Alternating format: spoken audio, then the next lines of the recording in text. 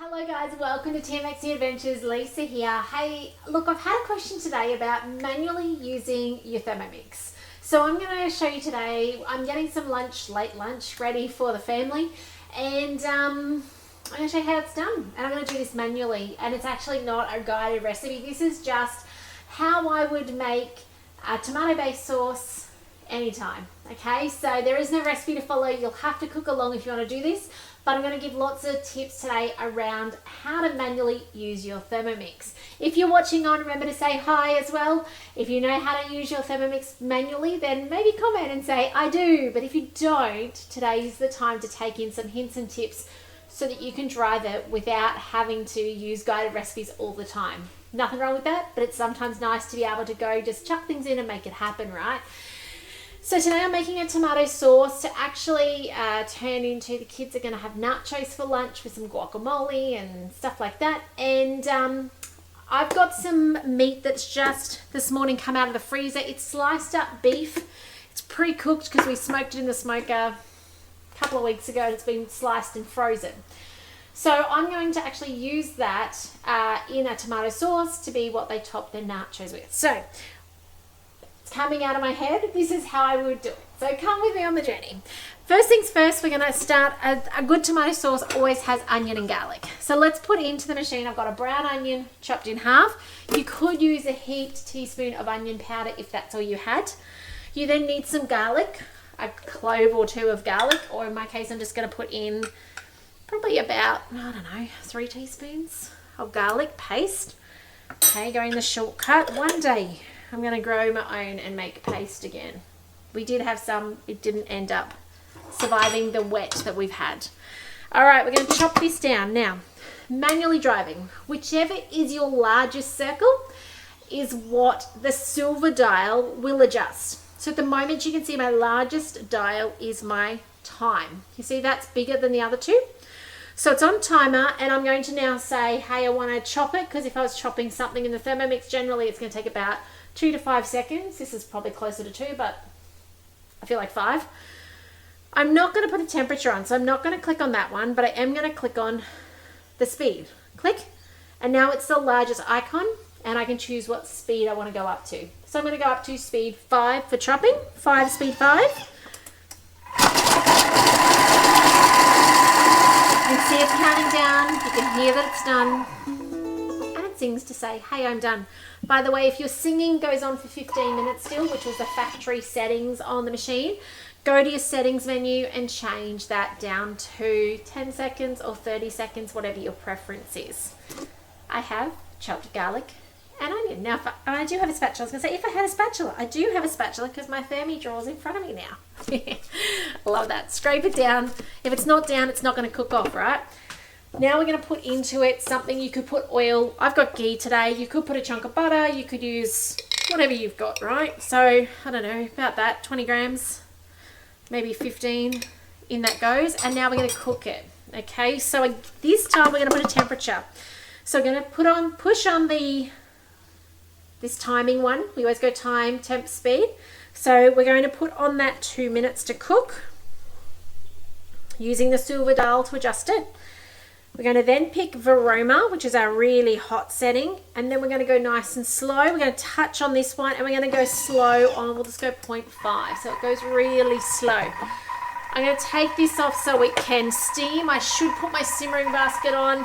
It's right up the top. I think, yeah, I can't see even my splash guard, otherwise I'd grab my splash guard and I'd put that on instead. I'm going to grab my Vorwerk for safety, okay, and I'm going to put that on. Excuse me while I get on my little step ladder. There we go. All that does is over 90 degrees. You should put something on top if you do not have your simmering basket inside, in case it splatters. Yeah, okay, anything over 90 degrees, unless simmering basket's being used inside your machine. You can hear it sizzling, you can see the steam coming, it's beautiful. Now, if you wanted this to be going reverse, say you had bacon chunks in there and you wanted this to be cooked off without at all touching the sharp side of the blades, see the little blade symbol under the 0.5. We can touch on that and it goes backwards. Yeah? So forwards, normally, click on that and it goes backwards. You can see the reverse symbol. If I want to go forwards again, just touch it. Beautiful thing about electromagnetic motors is that ability to not have to go back through gears. There's no gears in it. Like if you were driving a car, you can't just go forth the reverse. You got to go back through them. Not with the Thermomix with magnet motors. Yeah, you can just do that. So sizzling off. So that is time, temperature, speed. Now if you want to stop it early, silver button, push it. I used to call it the emergency stop, but it's the only stop. So if you want to stop something early. Now you'll notice on my screen it's got the Vorwerk, which is what we're aiming for. You'll see inside it got to 85 degrees. That's that little number. And you can see it's got 19 seconds left. Now if I want to delete these screens, swipe it off. So 19, I can swipe to the bottom, back to 0. Vorwerk, swipe to the bottom, back to 0. It will still hold that little number. The little number's telling me that inside temp at any given time. I don't have to swipe my time because the time's controlled with the silver dial and the push to stop. By the way, the silver dial is also your powering on and off. If you forget to turn it off though, it's okay. After 15 minutes, it will go to sleep on its own, yeah? Just in case you haven't figured that out yet. But hold it down for 3 seconds to turn it off. Press it to turn it on. Okay, silver dial. There is actually a little on-off but kind of embossing below. You can just see it. Okay, so step 1 complete. Now, I could do it longer. For the ease of video today, I won't. I'm going to today add some hidden veggies into the mix. So I've just got a washed carrot. We don't peel it. There's no need to peel our carrot. Let's just put in all of this. I'm going to bring up the scales in a second, okay? At this point in time, I'm kind of ad-libbing. My carrot was going to leave me on the bench there. It's going to fall on the floor. And I've got a zucchini as well.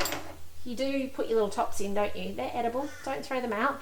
No need to peel it. Just wash it, okay? Unless they're moldy, of course. Then feel free to get rid of them.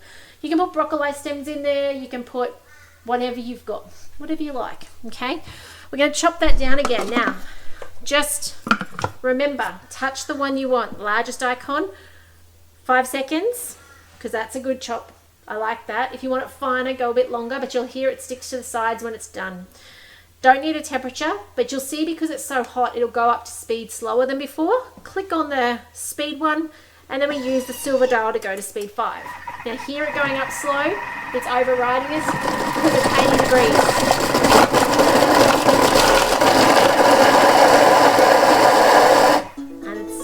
Done. Let's have a look. If you have a cool bowl, it'll go straight to speed. Being that it's hot, it's got that safety into it. Look at that. Perfect. Let's scrape down the sides, get that food in there. I love that. Now you could cook that off itself and make it into something beautiful. Hello Pamela, lovely to see you. Today that's all I want to do. I just want to kind of dice it into it. It's kind of like grating, or you could go further and hide it into a paste if you wanted.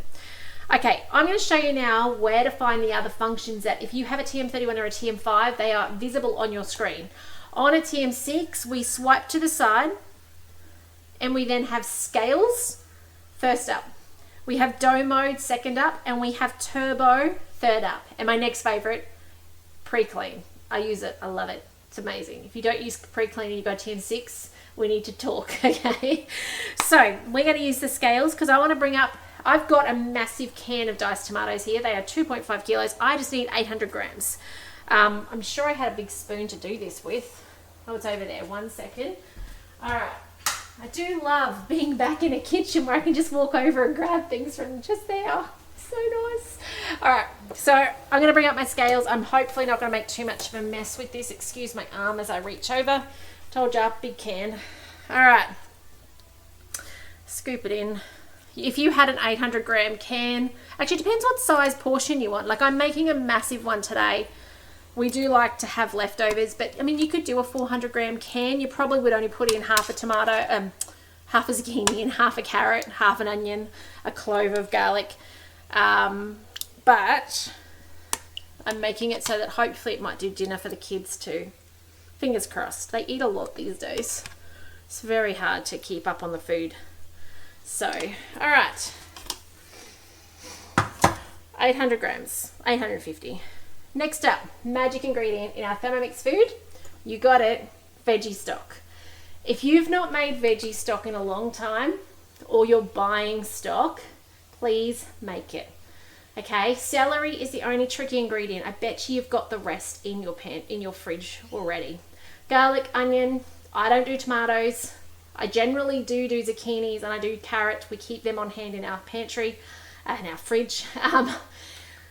If you've got some herbs, but if you don't, leave them out. Use dry herbs, like off my spice rack. Like, just use what you've got. Don't go out of your way. Now with your celery, use your leaves first. Dice the rest and freeze them in a Glad bag. I have celery that I've just finished off to make this batch that's been in the freezer since we moved. Okay, remember umming and ahhing about whether to throw it out, whether to make veggie stock 2.5 years ago when we moved here. Yeah, okay? So, and I just would break off the 200 grams, 300-ish sometimes if I felt like doing a bit more, and chuck it in. So just use what you've got, and that celery, buy it once and just freeze it. Please, freeze it and use the leaves. Okay, I'm going to put into this, I don't normally weigh this, I normally just put, in my case, I'm doing a big one, 2 tablespoons. Okay, it is salty, you guys know that. I don't ever reduce the salt, and I don't freeze it. I just keep it in the fridge. Make sure you use a clean spoon so that it doesn't grow, but it just lasts and lasts and lasts. Please make it. No need for chicken, no need for beef. Use that for everything, okay? 60 grams approximately. Now that's it. So this sauce is going to cook for about 20 minutes, okay? Oh, sometimes I put herbs into it. I might today. I normally put a bit of oregano, okay? A bit of basil. What else have I got up there today? Oh, that one's stuck. I could put fresh. I've got fresh, but it's a bit wet out there today. That might do us. Yeah, that might do. I would normally put some parsley in. I can't see, parsley's not on this rack. It's on the extra shelf that I've got. That'll be lovely. So I'm going to cook this off. Now this doesn't have to just be used to put through beef. Like I'm going to, after 20-minute cook time, by the way, just I'll pause that thought. To close this down, there's a little cross on the top corner. See that cross? Close it down. Okay, we're back to here now. And then the little house takes us back to the home. Okay, so there we go, back to home. What was I going to say? Oh, this doesn't have to be beef. You could be slicing up. So I would cook this. So today I'm going to cook it for 20 minutes. I'm then going to add my beef into it, and I'm going to just put it on reverse, speed forward, and I'm going to shred my beef within it, and it'll be hot, and then I'll serve it immediately. If you've got raw chicken or raw any meat that you want to put into it, cook it for 10 minutes to bring it up to 100 degrees. And then after that, add in your meat. Otherwise it'll shred on the way up, yeah? And cook it for 12 minutes usually, if it's diced up chicken or something, until it's cooked through. You could use this just as a pasta sauce. You could add mince to this at the end. Okay, it will not take 12 minutes with mince. It'll probably take 6 minutes. But you can use this tomato sauce as whatever you want. You can jar it up. You can use it actually later as a pour over sauce. So it doesn't have to be used for this. Okay, that's just what I'm using it for today. It's a really great base sauce, as long as you got veggie stock in it. Okay, so 20 minutes. See how I clicked it? I'm turning the dial. Just for your information, this will go all the way to 99 minutes if I am doing a chook on top on my Vorwerk, or I'm doing a corned beef, 99 minutes, yeah? Or even some pork ribs. They're 2 lots of an hour, I think. Click on this. We want to bring it to a rapid boil, so we go to Vorwerk, so that it's constantly pushing heat, turning off, pushing heat, turning off. Okay, really power efficient, our Thermomix is, just in case you ever wondered. Okay, I don't need to worry about going backwards or in this case because I've got no chunky things in there. I don't mind if it ends up relatively smooth at this point in time, so I can leave it on that, and I'm just going to put on speed 1. Okay, now I do want it to reduce slightly, so I'm going to take the lid off, the measuring cup off, and I'm going to put my Vorwerk back in place just so that it reduces down. Okay, that's all this is going to do. Just a little FYI, a bit of a bonus information here. Hang on a second. Shh, you're very noisy over there, buddy. He's getting his bowls ready already for lunch. You can actually swipe sideways and see your modes while it's cooking. Okay, so you can come over here, you could weigh your next ingredient. You could, I don't know what else you'd actually do over here barring weigh. Okay, so you can weigh while you're cooking if you want to. That's just a little bit of bonus info. House at the top corner will always take you home to the driving screen. Okay, so that's how you manually use your Thermomix. If you've not given it a go, give it a go. Okay, it's not as scary as you think. To stop things, silver button will stop the machine.